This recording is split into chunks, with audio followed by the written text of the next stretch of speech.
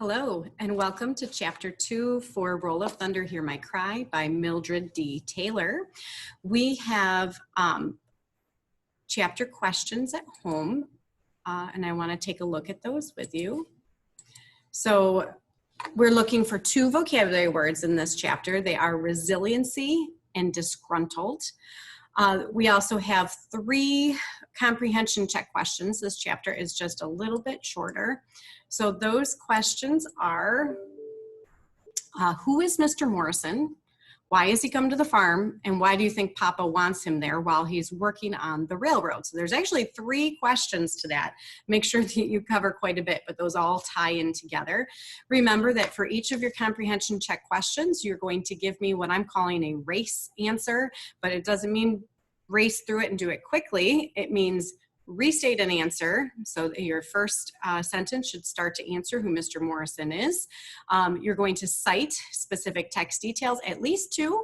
In this particular question, you may need more. And then you are also explaining those as well. So really number 1, I should be seeing 5 to 6 sentences, perhaps even a couple extra.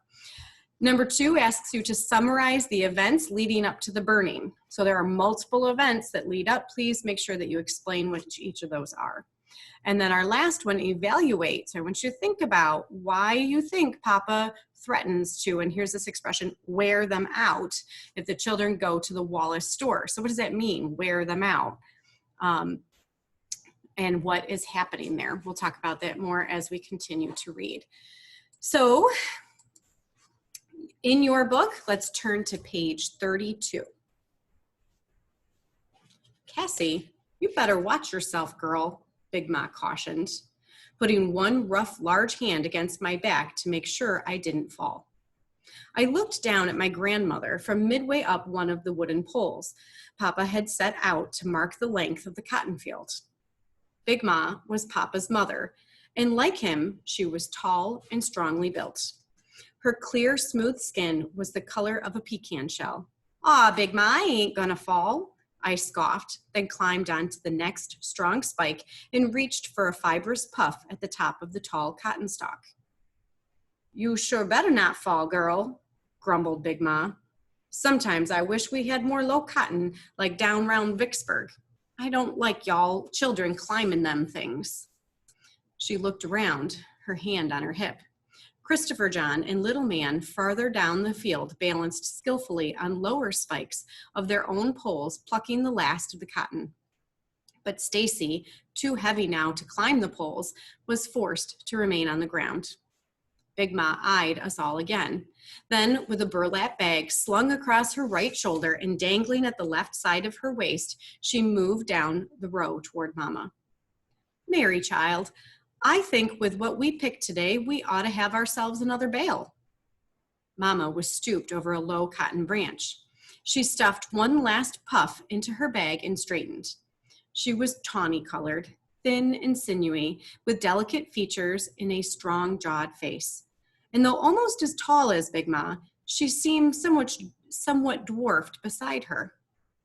"I expect you're right, Mama," she said. "Come Monday, we better haul it up to the Granger place and have it ginned. Then we can—" "Cassie, what's the matter?" I didn't answer Mama. I had moved to the very top of my pole and could now see above the field to the road where 2 figures, one much taller than the other, were walking briskly.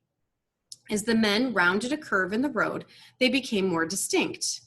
There was in the easy, fluid gait of the shorter man a familiarity that made me gasp. I squinted, shadowing my eyes from the sun, then slipped like lightning down the pole. "Cassie, it's Papa!" "David?" Mama questioned unbelievingly as Christopher John and Little Man descended eagerly and dashed after Stacy and me toward the barbed wire fence. "Don't y'all go through that fence," Big Ma called after us, but we pretended not to hear. We held the second and third rows of the prickly wire wide for each other to climb through. Then all 4 of us sped down the road toward Papa. When Papa saw us, he began running swiftly, easily like the wind. Little Man, the first to reach him, was swept lightly upward in Papa's strong hands as Christopher John, Stacy, and I crowded around. Papa, what you do at home? Asked little man. Putting little man down, Papa said, just had to come home and see about my babies. He hugged and kissed each of us, then stood back. Just look at y'all, he said proudly. Ain't y'all something? Can't hardly call y'all babies no more. He turned. Mr. Morrison, what you think about these children of mine? In our excitement, we had taken no notice of the other man standing quietly at the side of the road.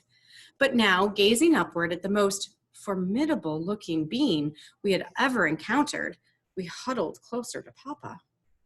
The man was a human tree in height, towering high above Papa, 6 feet 2 inches. The long trunk of his massive body bulged with muscles, and his skin of the deepest ebony was partially scarred upon his face and neck, as if by fire.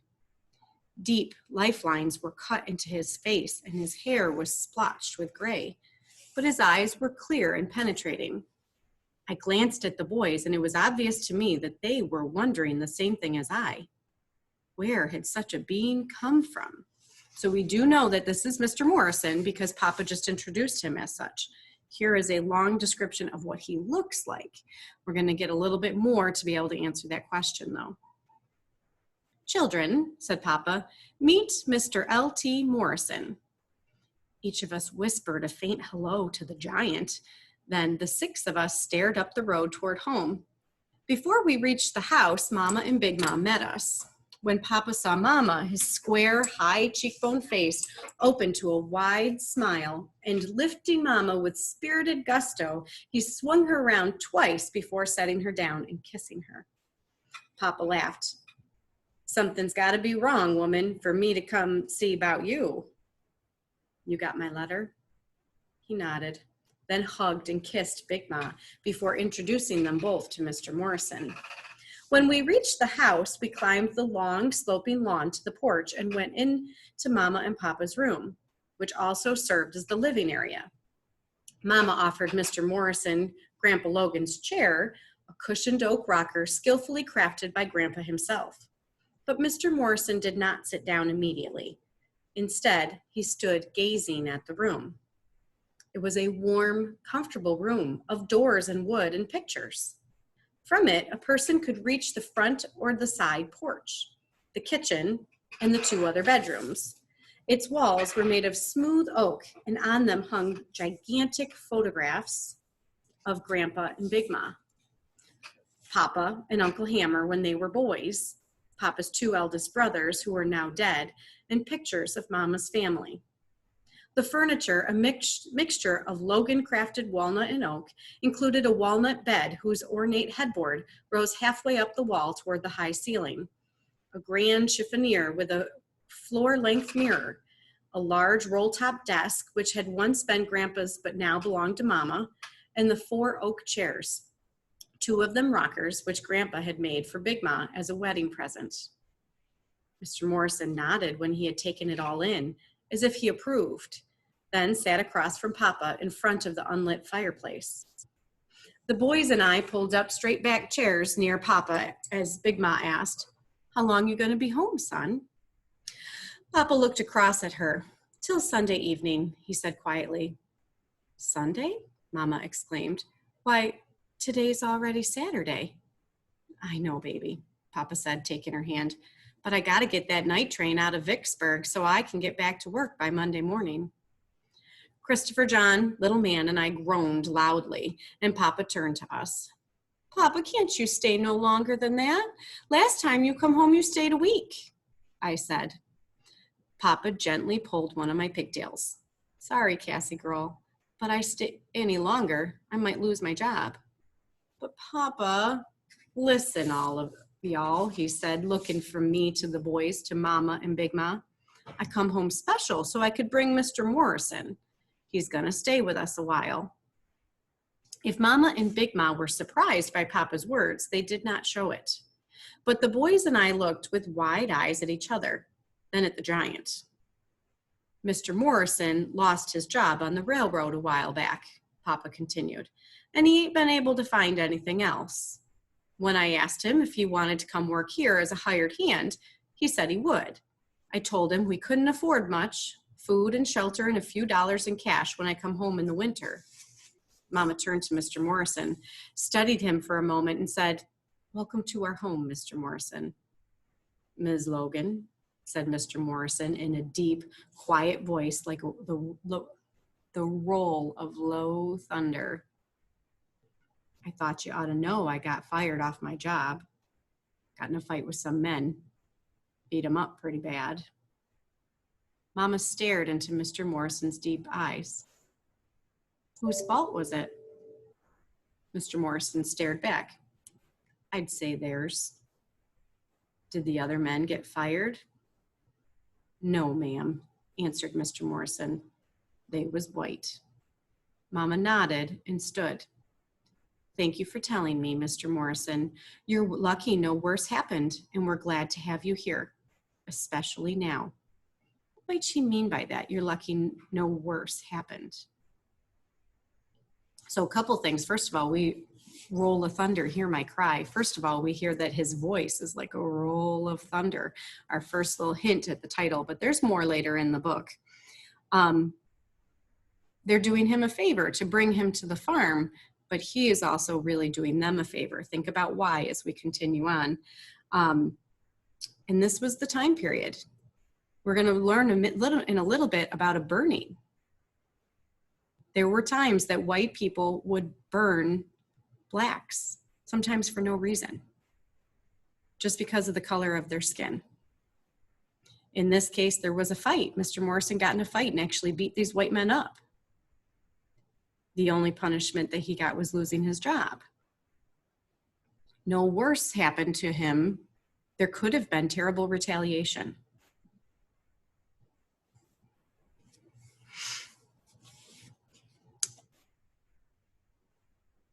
And then her comment, especially now. They need him there. Then she turned and went into the kitchen with Big Ma to prepare supper, leaving the boys and me to wonder about her last words. "Stacy, what you think?" I asked as we milked the cows in the evening. "How come Papa come home and brung Mr. Morrison?" Stacy shrugged. "Like you said, I guess." I thought on that a moment. "Papa ain't never brung nobody here before." Stacy did not reply. You think it's because of them burnin's TJ was talking about?" "Burnin's?" piped little man, who had interrupted his feeding of the chickens to visit with Lady, our golden mare. "What's burnin's got to do with anything?" "That happened way over by Smelling's Creek," said Stacy slowly, ignoring little man. "Papa got no need to think." His voice trailed off, and he stopped milking. "Think what?" I asked. "Nothing," he muttered, turning back to the cow. "Don't worry about it." I glared at him. "I ain't worrying. I just want to know, that's all. And I bet you anything Mr. Morrison come here to do more'n work. Sure wish I knew for sure." Stacy made no reply, but Christopher John, his pudgy hands filled with dried corn for the chickens and his lower lip quivering, said, I know what I wish. I wish Papa didn't ever have to go away no more. I wish he could just stay and stay." At church the next morning, Mrs. Silas Lanier leaned across me and whispered to Big Ma, "John Henry Barry died last night." When the announcement was made to the congregation, the deacons prayed for the soul of John Henry Barry and the recovery of his brother, Beacon, and his uncle, Mr. Samuel Barry. But after church, when some of the members stopped by the house to visit, angry, hopeless words were spoken. The way I hears it, so we're going to start to get the information about what happened, said Mr. Lanier. "They've been after John Henry ever since he come back from the war and settled on his daddy's place up by Smelling's Creek. Had a nice little place up there too and was doing pretty well. Left a wife and 6 children. Big Ma shook her head. "Just in the wrong place at the wrong time." The boys and I sat at our study table pretending not to listen, but listening still. "Henrietta Toggins," said Mrs. Lanier, You know, Clara Davis's sister that live up there in Strawberry. Well, she's kin to the Berries, and she was with John Henry in Beacon when the trouble got started. They was going to drop her off at home. You know, John Henry had him one of them old Model T pickups, but they needed some gas, so they stopped by that filling station up there in Strawberry. They was waiting there for their gas when some white men come up messing with them. Been drinking, you know. And Henrietta heard him say, "That's the nigger Sally Ann said was flirting with her." And when she heard that, she said to John Henry, "Let's get on out of here." He wanted to wait for the gas, but she made him and Beacon get in the car, and then men just watched them drive off and didn't mess with them right then. John Henry, he took her on home, then headed back for his own place. But evidently, them men caught up with him and Beacon again and starts ramming the back of their car. At least that's what Beacon and John Henry told their aunt and uncle when they seed him. John Henry knowed he was running out of gas and he was afraid he couldn't make it to his own place, so he stopped at his uncle's. But them men dragged him and Beacon both out of that house, and when old man Barry tried to stop it, they lit him a fire with them boys. "Sure shame, all right," said TJ's father, a frail, sickly man with a hacking cough. "These folks getting so bad in here. Heard tell they lynched a boy a few days ago at Croston." So I'll pause for just a second. You have a couple paragraphs on all the events leading up to the burning. What was the reason? They think, they don't know for sure, but they think that one of the men, and they call him that name that we don't use anymore, they think he flirted with a white girl. Is it reason to kill someone? 3 someones? We hear this word lynching, lynched. And if you're not familiar with that, that's basically that they're burning them. "And ain't a thing gonna be done about it," said Mr. Lanier. "That's what's so terrible. When Henrietta went to the sheriff and told him what she'd seed, he called her a liar and sent her on home. Now, I hear tells that some of them men that done it been round bragging about it, saying they'd do it again if some other uppity nigger got out of line." Mrs. Avery tissed. Lord have mercy. Papa sat very quietly while the Laniers and the Averys talked, studying them with serious eyes. Finally, he took the pipe from his mouth and made a statement that seemed to the boys and me to be totally disconnected with the conversation. "In this family, we don't shop at the Wallace store." The room became silent. The boys and I stared at the adults, wondering why. The Laniers and the Averys looked uneasily about them, and when the silence was broken, the subject had changed to the sermon of the day. After the Laniers and the Averys had left, Papa called us to him. "Your mama tells me that a lot of the older children been going up to that Wallace store after school to dance and buy their bootleg liquor and smoke cigarettes. So that's what's happening at the store. It's like a dancing room, but they're kids and they're buying liquor and cigarettes." Now, she said she's already told you all this, but I'm going to tell y'all again, so listen good. We don't want y'all going to that place. Children going there are going to get themselves in a whole lot of trouble one day. There's drinking up there, and I don't like it. And I don't like them Wallaces either. So he's not even just talking about the kids drinking, but the adults. And the Wallaces are the white family that run this store on the plantation. It's actually on the Granger plantations. If I ever find out y'all been up there for any reason, I'm going to wear y'all out. Y'all hear me?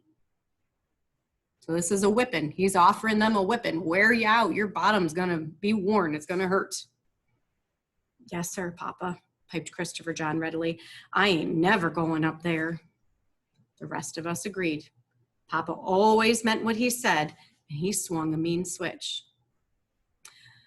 Before we close, that's the end of chapter 2. I want you to think a little bit again about those questions. Why did Papa bring Mr. Morrison?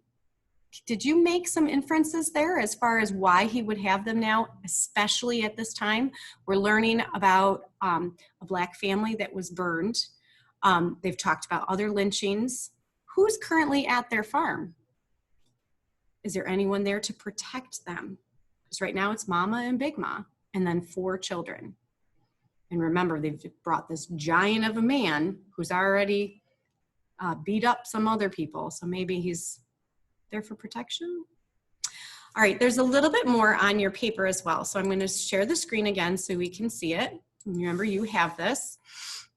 Make sure that you answer those 3 questions. Part 3 goes back to what we had for chapter 1. Be sure to complete the analyzing character worksheet based on Cassie that you started for chapter 1. And I realize it doesn't feel like there's a whole lot of information on Cassie here, but there is that section where she's questioning Stacy. She's very curious. So you could use some of that information as well. And then on the back side of this paper is your first quick write.